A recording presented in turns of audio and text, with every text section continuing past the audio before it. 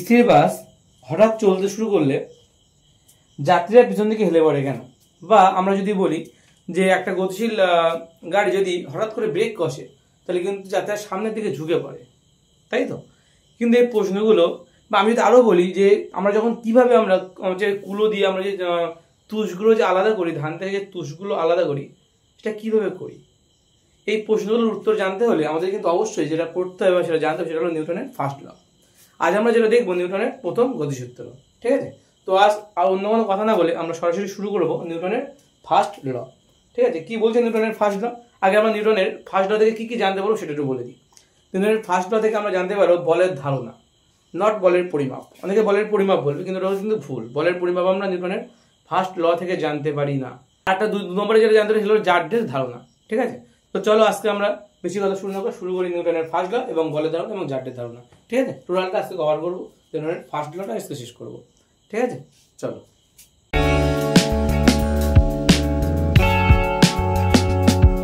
Hello students, তাহলে আজ আমরা পড়বো কি নিউটনের ফার্স্ট ল। কি বলছে নিউটনের ফার্স্ট ল?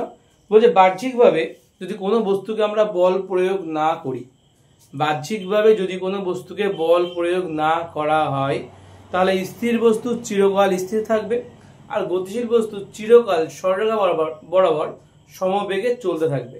কি বলছে যে বাহ্যিকভাবে যদি কোনো বস্তুকে যদি কি করবো আমরা বল প্রয়োগ না করি, বল প্রয়োগ করা যাবে না বাহ্যিকভাবে, ঠিক আছে? বাহ্যিকভাবে যদি কোনো বস্তুকে বল প্রয়োগ না করি, মনে করি এখানে একটা বস্তু রাখা আছে, আমরা বাহ্যিকভাবে যদি কোনো রকম ফোর্স মানে তো বল, সেই বল যদি প্রয়োগ না করি তাহলে কি বলছে স্থির বস্তু চিরকাল স্থির থাকবে আর গতিশীল বস্তু সরলরেখা বরাবর সমবেগে চলতে থাকবে। অনেকে জানে না এই বল মানে কি। বলছে এই বল কি? প্রথমে এই বলের যে কথাটা, এই বল কথাটা প্রথম পাওয়া গিয়েছিল নিউটনের ফার্স্ট লতে। তাই বলা হয় নিউটনের ফার্স্ট ল থেকে আমরা কি জানতে পারি? বলের ধারণা জানতে পারি, বলের একটা ধারণা পাই, ঠিক আছে? বল কি বলছে আমরা যদি বলটা কি আমরা একটু পরেই বলবো, তবে তার আগে বলি যে বাহ্যিকভাবে যদি কোনো বস্তুকে বাইরে থেকে, বাহ্যিক মানে কি বাইরে থেকে যদি কোনো বস্তুকে আমরা বল প্রয়োগ না করি তাহলে বলছি স্থির বস্তু যেটা থাকবে, যে বস্তু স্থির সে সারা জীবন নাকি স্থিরই থাকবে, এবং যে বস্তু চলছে, অলরেডি চলছে, সে কিন্তু সারা জীবন সরলরেখা বরাবর সমবেগে, এই প্রতিটা কথা কিন্তু পরীক্ষা না লিখতে পারলে নাম্বার দেবে না, ঠিক আছে? এই সরলরেখা বরাবর, স্ট্রেট লাইন, এই সরলরেখা বরাবর বা এই সমবেগে, এই দুটো কথাই কিন্তু তোমাকে বলতে হবে, নাহলে কিন্তু পরীক্ষায় একও পাবে না, ঠিক আছে? এটা কি বলছে যে বাহ্যিকভাবে বল প্রয়োগ না করলে স্থির বস্তু চিরকাল সারা জীবন স্থির থাকবে এবং গতিশীল বস্তু চিরকাল সরলরেখা বরাবর সমবেগে চলতে থাকবে, ঠিক আছে? এখন আমরা দেখবো বল জিনিসটা কি, ঠিক আছে? বলছে যা প্রয়োগ করলে, আমরা এক এক করে স্টেপ বাই স্টেপ জানবো। বল কি বলছে? বল বলছে যে বলের সংজ্ঞাটা এমন বলছে যে যা প্রয়োগ করলে বস্তুর জাড্যের পরিবর্তন ঘটে, জাড্যের পরিবর্তন ঘটে। কি বলছে? যে যা প্রয়োগ করলে বস্তুর জাড্যের পরিবর্তন ঘটে। এখন প্রশ্ন, এই জাড্য জিনিসটা কি সেটা তো জানা নেই। আমরা বলেছিলাম প্রথমেই নিউটনের ফার্স্ট ল থেকে আমরা দুটো কথা জানতে পারি। এক হচ্ছে বলের ধারণা, কি? এক হচ্ছে বলের ধারণা, আর দু নম্বর কি? দু নম্বর হচ্ছে জাড্যের ধারণা। এক নম্বর বলের ধারণা, দু নম্বর জাড্যের ধারণা। এই দুটো কথা কিন্তু আমরা নিউটনের ফার্স্ট ল থেকে পাই, ঠিক আছে? তো এখন আমরা বললাম বলের ধারণাটা কি। বলছে যা প্রয়োগ করলে বস্তুর জাড্যের পরিবর্তন ঘটে, যা প্রয়োগ করলে বস্তুর জাড্যের পরিবর্তন ঘটে। এখন প্রশ্ন, জাড্য জিনিসটাই বা কি সেটা তো আমাদের জানা নেই, যে জাড্য জিনিসটা কি, জাড্যের পরিবর্তন কি করে বুঝবো? জাড্য কি সেটা আমাদের আগে জানতে হবে, এবং তাই বলা হয় নিউটনের ফার্স্ট ল থেকে আমরা জাড্যের যে ধারণা সেটাও কিন্তু আমরা পাচ্ছি, জাস্ট কনসেপ্ট, ধারণা পাচ্ছি জাস্ট। কোনো প্রবাহে যেখানে বললাম বলের ধারণা আর বলের পরিমাপ সম্পূর্ণ আলাদা জিনিস। বলের পরিমাপ আমরা নিউটনের সেকেন্ড ল থেকে পাই, সেটা আমরা পরে পড়বো। নিউটনের সেকেন্ড গতিসূত্র যখন আমরা পড়বো তখন সেটা আমরা দেখবো যে বলের ধারণা জিনিসটা কি, বলের পরিমাপ জিনিসটা কি। বলের ধারণা মানে জাস্ট ফোর্স, বলের ইংলিশে বলা হয় ফোর্স, FORC।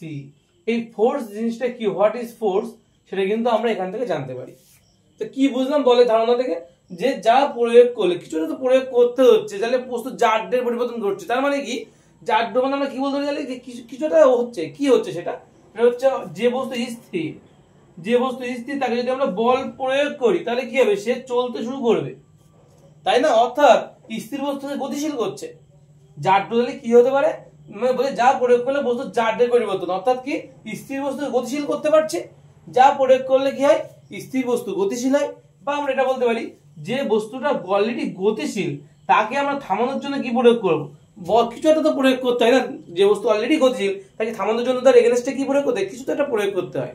যা প্রয়োগ করলে একটা গতিশীল বস্তু স্থির অবস্থায় চলে আসে, সেটাই হচ্ছে আমাদের জাড্য কিন্তু। তারপরে ঠিক আছে, এবং এটি আমার বল, যা প্রয়োগ করলে একটা গতিশীল বস্তু স্থির হবে বা একটা স্থির বস্তু গতিশীল হবে, তাকেই আমরা বলছি কি, তাকেই আমরা বলছি বল।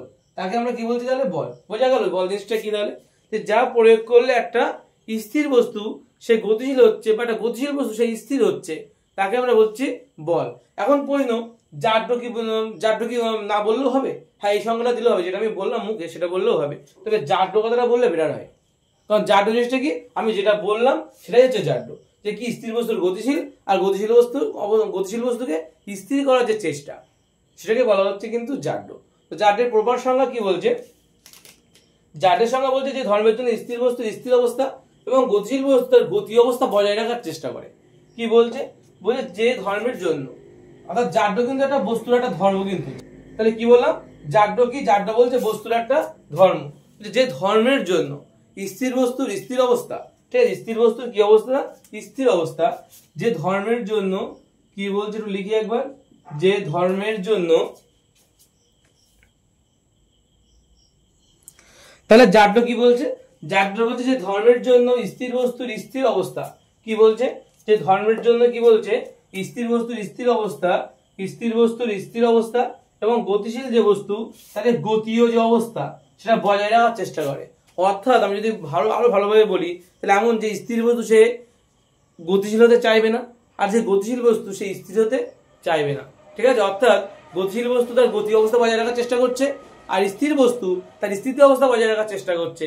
একে বলা হচ্ছে কি, একে বলা হচ্ছে কিন্তু জাড্য। যে ধর্মের জন্য কি হয়, স্থির বস্তু স্থির অবস্থা এবং গতিশীল বস্তুর যে গতি, অর্থাৎ যে চলছে চলার অবস্থা মেনটেন করার চেষ্টা করে, অর্থাৎ বজায় রাখার চেষ্টা করে। অর্থাৎ কি, অর্থাৎ আমরা বলতে পারি যে বস্তু গতিশীল সে স্থির হতে চাইবে না, আর যে বস্তু স্থির সে গতিশীল হতে চাইবে না, তাই তো। এই যে বস্তুর মধ্যে যে একটা ধর্ম আছে, এই যে ধর্ম, স্থির বস্তু স্থির থাকার ধর্ম আর গতিশীল বস্তুর গতি অবস্থা বজায় রাখার যে চেষ্টা বা ধর্ম, তাকে আমরা বলছি কি, তাকে আমরা বলছি কিন্তু জাড্য। ক্লিয়ার হলো জাড্য জিনিসটা কি তাহলে?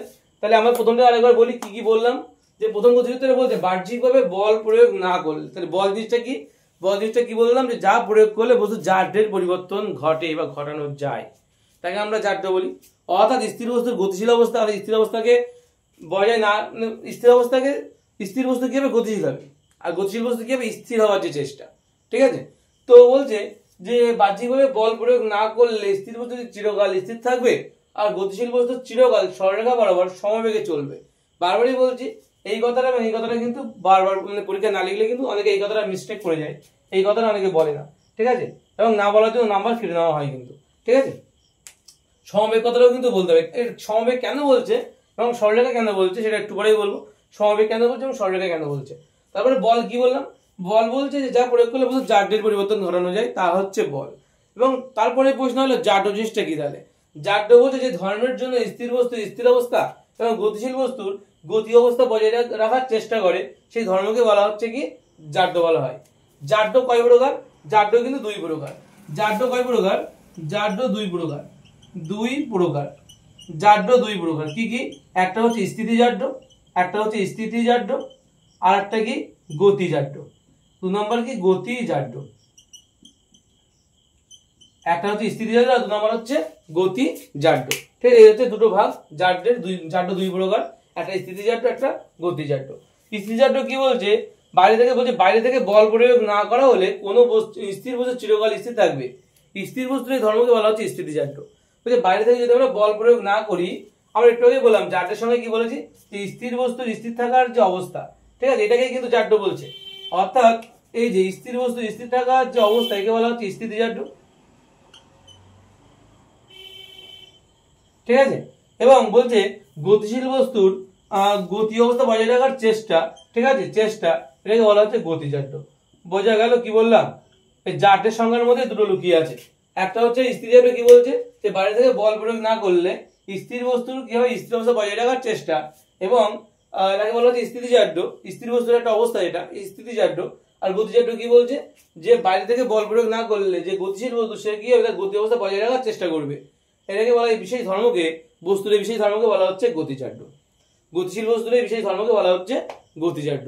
বোঝা গেল স্থিতিজাড্য আর গতিজাড্য জিনিসটা কি? তাহলে আশা করি ক্লিয়ার হয়েছে স্থিতিজাড্য আর গতিজাড্য জিনিসটা কি। এবার আমরা যেটা দেখবো সেটা হলো স্থিতিজাড্য গতিজাড্যের উপর ডিপেন্ড করে আমরা অনেকগুলো প্রশ্ন, যেটা যে প্রশ্নগুলো আমরা একদম স্টার্টিং এ বলেছিলাম, এখন শুরুতে বলেছিলাম, সেই প্রশ্নগুলো আমরা আলোচনা করবো। তবে তার আগে আমরা একটা জিনিস আলোচনা করবো, সেটা হচ্ছে যে প্রথম গতিসূত্র থেকে আমরা বলেছিলাম যে স্থির বস্তু স্থির থাকবে আর গতিশীল বস্তু সমবেগে চলবে। কেন এটা বলা হচ্ছে আমরা একটু ব্যাক ক্যালকুলেশন করবো, ঠিক আছে, করে আমরা দেখবো যে এই জিনিসটা সত্যি হয় কি না। ঠিক আছে, যে স্থির বস্তু স্থির থাকবে আর গতিশীল বস্তু সবেগে চলবে, নিউটন তো বলেছিল, কিন্তু সত্যি কি আদৌ হয় সেটা আমরা এবার দেখবো। ঠিক আছে,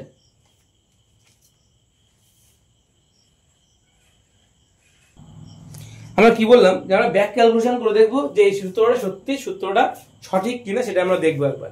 তো চলো ব্যাক ক্যালকুলেশন মানে কি, মানে আমরা একটু নিউটনের সেকেন্ড লটা এখানে অ্যাপ্লাই করবো। নিউটনের সেকেন্ড ল থেকে আমরা একটা সূত্র জানতে পারি, সেটা হলো F = ma। আমি বলে দিচ্ছি প্রত্যেকের পড়ি, যে তোমরা অনেকে জানো না সূত্রটা, ঠিক আছে, আমি বলে দিচ্ছি কোনটাকে কি বলে। এখানে এফটারে বলা হচ্ছে বল, এফটাকে কি বলা হচ্ছে, বল বলা হয়। ঠিক আছে, আমি তোকে যে বলের সংজ্ঞা দিলাম সেই বল। এমটা হচ্ছে ভর, এমটা হচ্ছে যে বস্তু নেব সেই বস্তুর ভর। আর এটা কি, হচ্ছে ত্বরণ, যেটা আমরা আগের ভিডিওতেই আমরা বলেছিলাম ত্বরণ জিনিসটা কি। ত্বরণ, মনন, এগুলো কি আমরা আগে যে ভিডিওটা ছিল সময়গতি যে 2 নম্বর যে ভিডিও, সেই 2 নম্বর ভিডিওতে কিন্তু বলেছিলাম। ঠিক আছে, তো ত্বরণটা কি বলছে, যে বেগ পরিবর্তনের হার। ত্বরণ কি এক কথায় বেগ পরিবর্তনের হার, বেগ পরিবর্তনের হার।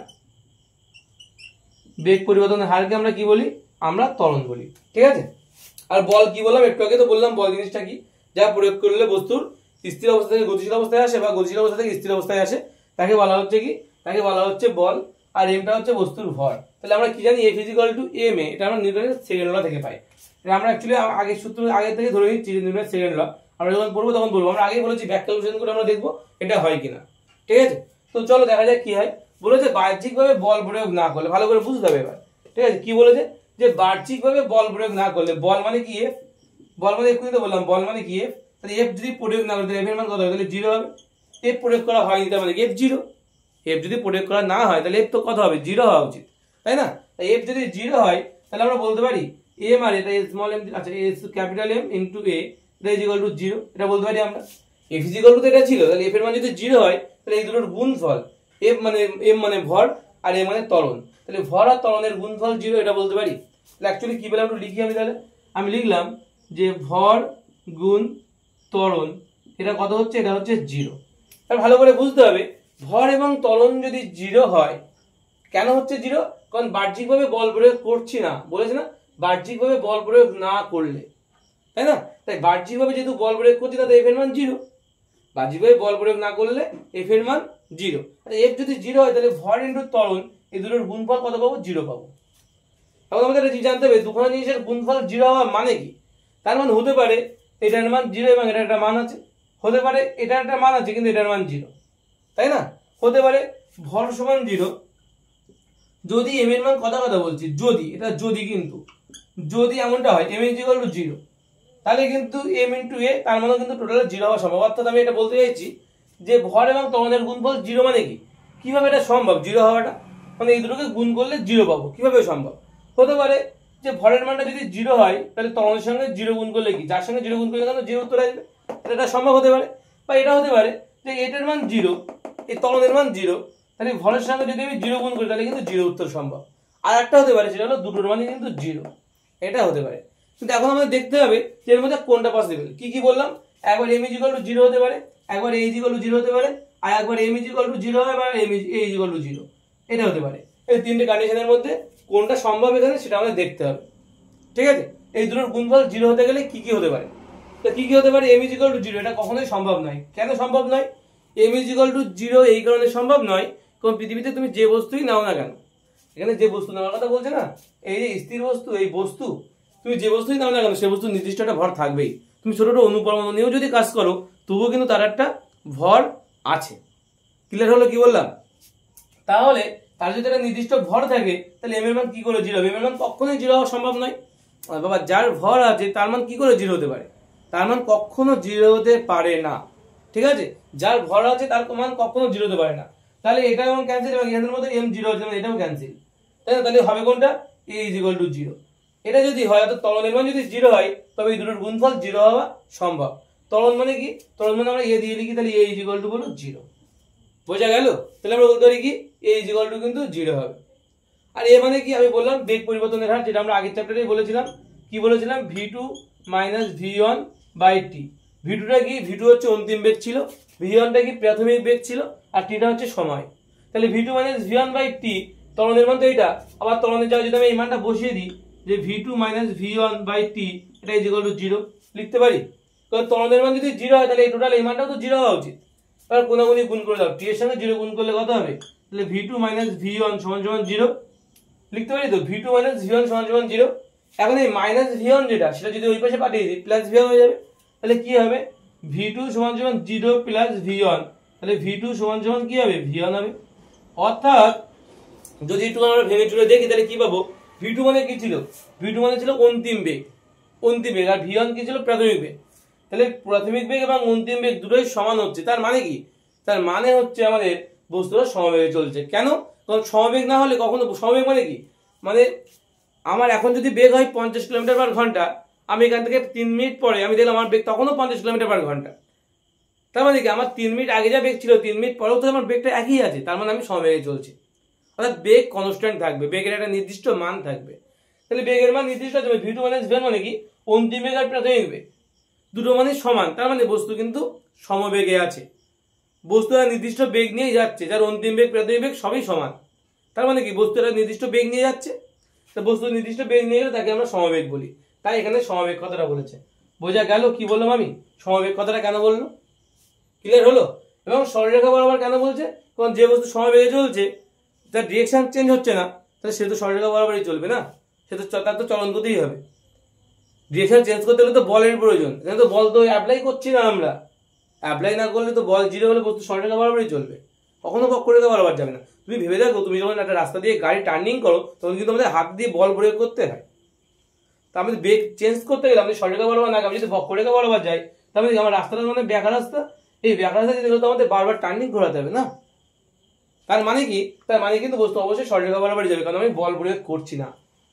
ক্লিয়ার হলো কি বললাম? এটাই আমাদের নিউটনের প্রথম গতিসূত্র বলছে।